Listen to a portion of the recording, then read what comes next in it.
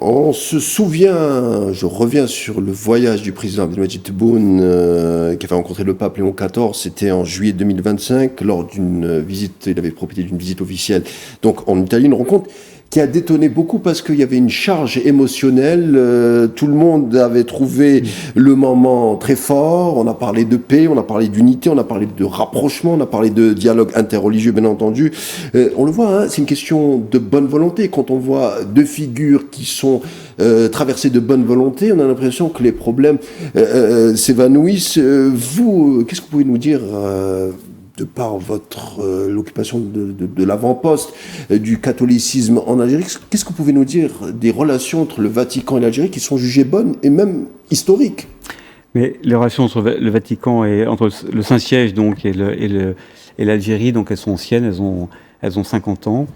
Donc l'instauration de la nonciature, il faut savoir que l'Église catholique et le pape est à la fois un chef spirituel, vous l'avez dit, d'1,5 milliard de personnes, et aussi un chef d'État. Voilà, il y a les deux. Donc en Algérie, il y a un nonce qui est l'ambassadeur du Saint-Siège. Donc c'est la partie diplomatique. Et j'allais dire aussi étatique, et puis il y a l'église locale que je représente.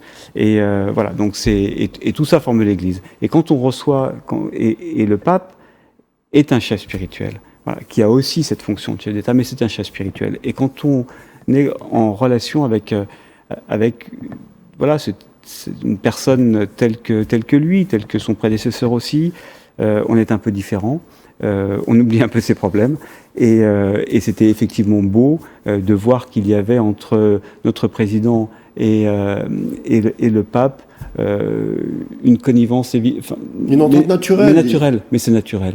Il peut difficilement être autrement, et en plus, voilà, ces deux hommes ont tout pour se comprendre, et c'est ce qui se passerait s'il y a ce voyage. C'est-à-dire qu'en fait, d'une certaine manière, il y aurait le sourire sur les visages, il y aurait une légèreté. Voilà. Je sais que c'est ça qui se fera, et je sais que ça fera du bien à tout le monde, parce que précisément, voilà, dans sa mission, le pape est un homme de paix, est un homme qui normalement apporte du bien et du bon. Et c'est ce qu'il fera. Il n'a pas un agenda politique comme un chef d'État, il n'a pas des intérêts d'un État à défendre. On l'a vu lors de son voyage au Liban et en Turquie. Oui, il voilà. À la fraternité, Mais à la fin de son voyage au Liban, voilà, il y avait, peu importe qui était musulman, qui était chrétien, il y avait une espèce dans ce pays qui a été quand même extraordinairement éprouvé, qui est encore en partie en guerre pour une partie. Il y avait une espèce de liesse commune.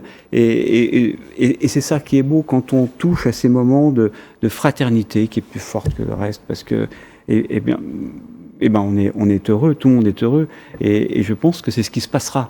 Je pense qu'il se passera, et mon rêve, mon souhait, c'est qu'effectivement, il y ait vraiment un contact direct entre le peuple algérien et le pape, qui est vraiment ce contact-là. J'aimerais qu'il sente battre le cœur de l'Algérie. Voilà. J'aimerais que le pape, en venant, sente battre le cœur de l'Algérie. C'est ça mon souhait. Voilà. Il y en a pas d'autre. On espère qu'il sera. Voilà. Et j'en suis sûr que ce sera, parce que l'Algérie a un grand cœur.